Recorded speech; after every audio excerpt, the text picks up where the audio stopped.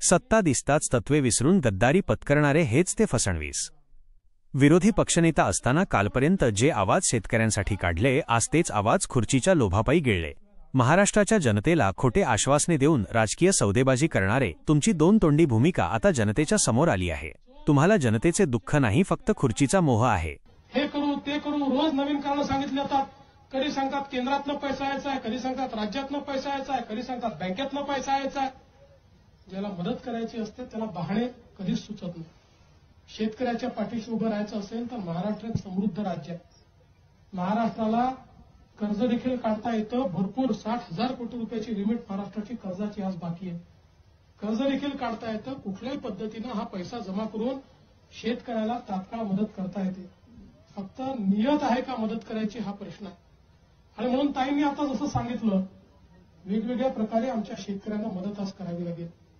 आज खऱ्या अर्थानं खरडून गेलेली जमीन आहे त्याच्याकरता वेगळी मदत करावी लागेल। आज पाणी काढण्याकरता मदत करावी लागेल, अनेकाचे पंप वाहून गेले त्याची मदत करावी लागेल, लाईटचे पोल त्या ठिकाणी बसून गेले त्याची मदत करावी लागेल। आणि आता तर मला काल मी लातूर जिल्ह्यामध्ये होतो, संभाजीरावांनी काल नवीनच गोष्ट सांगितली। आता या सरकारमध्ये त्यांनी बियाण्याकरता लॉटरी सिस्टीम सुरू केली। मग शेतकऱ्यांनी अर्ज करायचा आणि मग त्यातनं ते चिठ्ठी काढणार आणि 100 शेतकऱ्यांनी अर्ज केला तर 30 चिठ्ठ्याकडून 30 शेतकऱ्यांना बियाणं देणार। आपला नियम होता 7-12 त्याला बियाणं, आता हे लॉटरीनी म्हणजे जणू काही घर वाटून राहिले। अशा प्रकारे लॉटरीने बियाणं देणं ही शेतकऱ्यांची थट्टा चाललेली आहे। आणि म्हणून आम्ही तुम्हाला आश्वस्त करायला आलो, आम्ही विरोधी पक्ष म्हणून चूप बसणार नाही, यांना चूप बसू देणार नाही। काय वाटेल ते झालं तर रस्त्यावर उतरून या सरकारला मदत द्यायला आम्ही भाग पडल्याशिवाय राहणार नाही। आणि आम्ही निश्चितपणे रस्त्यावर उतरून यांच्याशी संघर्ष केल्याशिवाय थांबणार नाही, जोपर्यंत आमच्या शेतकऱ्याला थेट मदत मिळत नाही, सरसकट मदत मिळत नाही।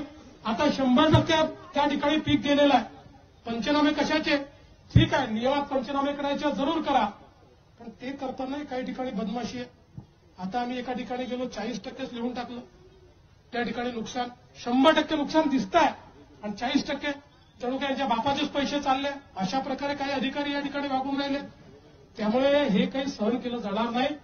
आणि म्हणून मी आपल्याला आज एवढंच आश्वस्त करतो, मेघनाताईंनी आश्वस्त करतो, जोपर्यंत शेतकऱ्याला न्याय मिळणार नाही तोपर्यंत आम्ही आमचा संघर्ष सुरूच ठेवू आणि तुमच्या पाठीशी पूर्ण ताकदीने उभं राहू। लवकरात लवकर तुम्हाला या ठिकाणी मदत मिळवून देऊ, एवढंच बोलतो आणि माझं बोलणं संपवतो। धन्यवाद।